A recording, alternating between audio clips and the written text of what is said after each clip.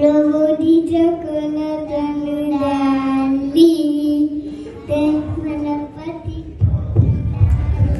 કામનપતિ ચૌધારી કલવંત બનાવી કાલે તાય વિનાશી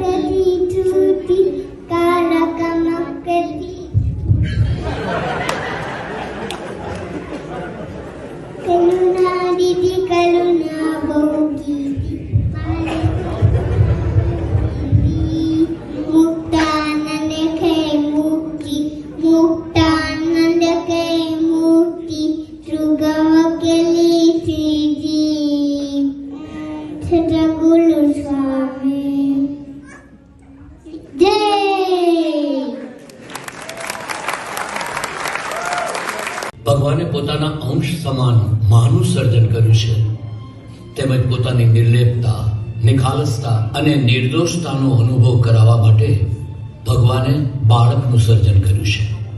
તમે જોજો, બાળક ક્યારેય ખોટું કામ કરતું જ નથી. તેને ખોટું કામ કરતા તો આપણે શીખવાડીએ છીએ. તમે ક્યારે તેની આંખમાં આંખ મિલાવીને એના અંતરસાગરમાં ડૂબકી મારી છે? નહીં ને? એક વાર ડૂબકી મારી જોજો, સાચા મોતી હાથ લાગશે. જેમ ભગવાનની કોઈ ક્રિયા હેતુ વગરની હોતી નથી, તેમજ બાળકની કોઈ પણ ક્રિયા હેતુ વગરની હોતી જ નથી. માત્ર તેને સમજવા માટે આપણે બાળકની આંખ લગાડવી પડે છે. મિત્રો, તમને થતું હશે કે આ સોનેરી બોક્સમાં શું હશે? મારા દીકરાએ આપેલ આ ખાલી બોક્સ મારે મને અણમોલ ઘરેણું બની ગયું છે. આજે પણ એક ઘટના મારી આંખ સામે તરવરે છે. તે દિવસે હું પારાવાર ચિંતામાં ડૂબેલો હતો. મારી પરિસ્થિતિ સાધારણ હતી. માથે દેવું ચડી ગયેલું અને કોઈ ધંધો સેટ થતો નહોતો.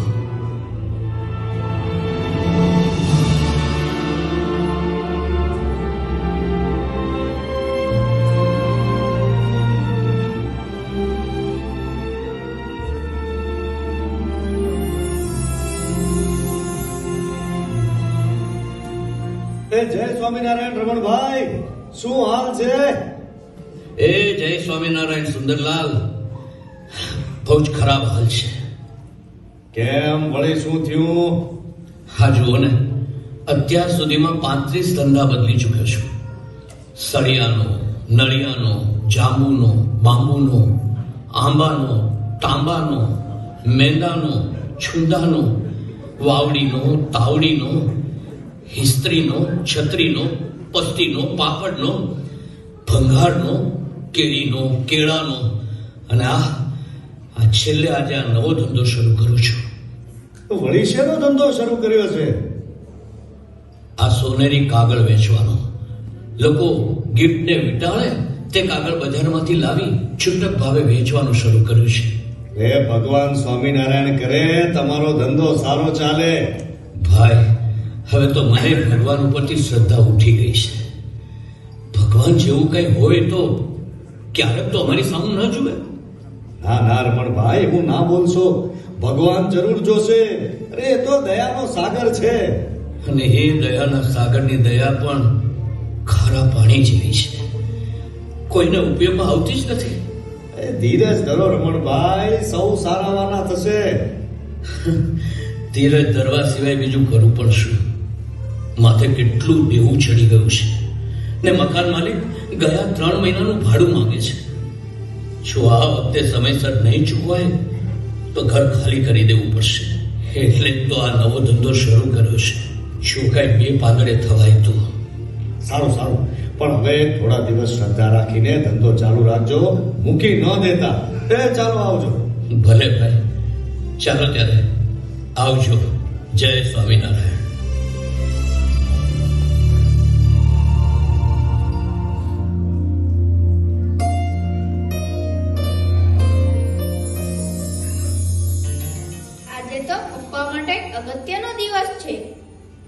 પપ્પાને સરપ્રાઈઝ આપવી છે. ધંધાના ટેન્શનમાં તેમને પણ ખબર નહીં હોય. કઈ વાંધો નહીં, આજે તો આ બંદા પપ્પાને યાદ દેવડાવશે. આજે કયો દિવસ છે? આજના દિવસે હું પપ્પાને એવી ભેટ આપીશ કે જીવનભર યાદ રાખશે.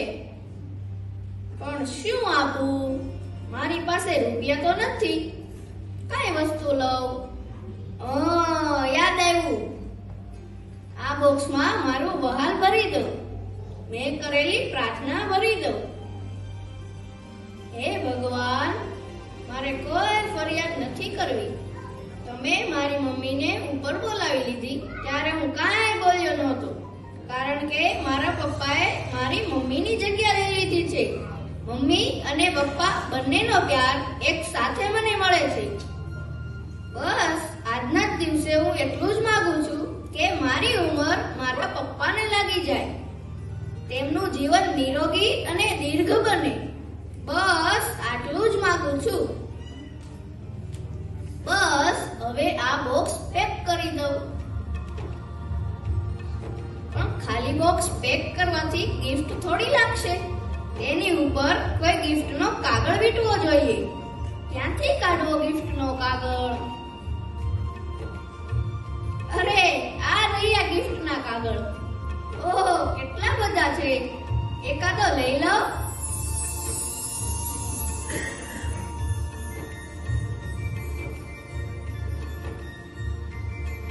વાહ, સરસ થઈ ગયું. પપ્પાને જ્યારે હું બતાવીશ ત્યારે ખુશીથી નાચી ઉઠશે.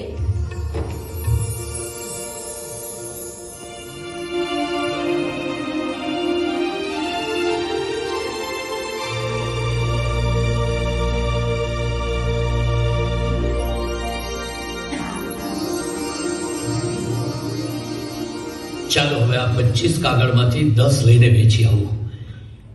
1 2 3 4 5 5 6 7 8 9 અને આ 10. હા, મૂક્યા એક બાજુ. હવે બાકી રહ્યા 15. અરે આમાં તો કઈ લોચો લાગે છે. કેમ એકાદ કાગળ ઓછો એવું લાગે છે? ફરીથી ગણવા દે. અરે મેં દુકાનેથી લીધા ત્યારે તો પૂરા 25 કાગળ હતા ને અત્યારે 24 કેમ થઈ ગયા?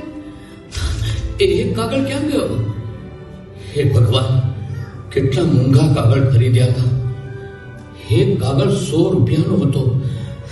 મનમાં હતું કે 25 કાગળમાંથી 100 રૂપિયાનો નફો થશે. હા તો ઠેરના ઠેર રહ્યા.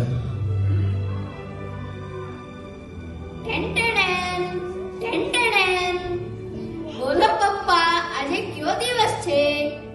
રોહિત, દિવસને મુખ તડકે અને બોલ, આ કાગળની થપ્પીમાંથી તે કાગળ લીધો છે? હા પપ્પા, મેં એક અગત્યના કામ માટે કાગળ લીધો છે.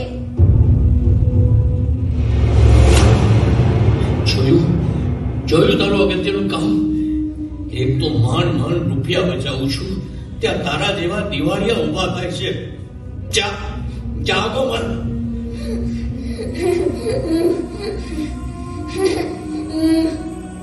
અરે કાગળ બગાડીને પાછું મને દેખાડે છે. શું છે? હેપી બર્થડે પપ્પા, આજે તમારો જન્મદિવસ છે ને, તમારા માટે એક ગિફ્ટ પેક કરવા માટે મેં એક કાગળ લીધો હતો. શું? આજે મારો જન્મદિવસ છે? દીકરા મને માફ કરી દે. મેં કંઈ પણ જાણ્યા વિના ને માર્યો. કાંઈ વાંધો નહીં પપ્પા. શું છે આ બોક્સમાં? એ તો તમે ખોલીને જ જોઈ લો. હરામખોર, ખાલી બોક્સ આપીને મને હેપી બર્થડે કહેવા જાય છે. પપ્પા, આ ખાલી બોક્સ નથી. હમણાં કે છે એમાં હવા ભરી છે કેમ? ના પપ્પા, હવા નથી ભરી, પણ આ બોક્સમાં મેં તમારા માટે વાલની પપ્પીઓ ભરી છે. તમારા લાંબા અને દીર્ઘ આયુષ્ય માટે ભગવાનને કરેલી પ્રાર્થનાઓ આ મારા મારા રોહિત, મારા બેટા.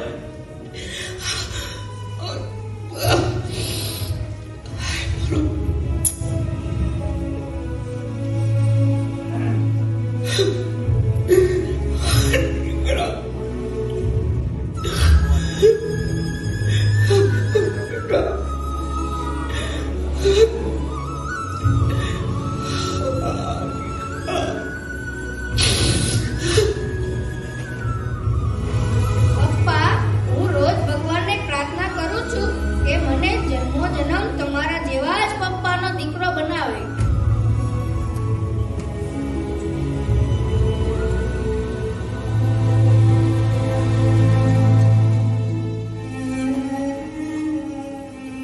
જોયું મિત્રો, આવા કેટલાય રોહિતો પોતાના માતા પિતાને આવા સોનેરી બોક્સની ભેટ આપતા હોય છે, પણ ક્યારેય આપણે તે ખાલી બોક્સની ભીતર શું રહસ્ય છુપાયેલું છે એ જોવાની દરકાર પણ લીધી છે. આ પ્રસંગ પછી એક અકસ્માતમાં રોહિતનું મૃત્યુ થયું. નાનકડું પંખિયા સ્વાર્થનું પિંજરું છોડીને જતું રહ્યું. તેણે આપેલી ભેટ મારા માટે રોહિતનું અંતિમ સંભાળનું બની ગઈ. બસ ત્યારથી આ સોનેરી બોક્સ હું મારી સાથે જ રાખું છું. જ્યારે પણ હિંમત હારી બેસું કે હતાશ થઈ જાઉં, ત્યારે બોક્સ ખોલી તેમાંથી મારા રોહિતની પપ્પીઓ કાઢું છું અને શાંતિ મેળવું છું. આશા રાખું કે આપ સૌ એક ખાલી બોક્સની ભીતર રહેલા આપના બાળકની અમૂલ્ય ભેટ જોઈ શકો. અસ્તુ. જય સ્વામિનારાયણ.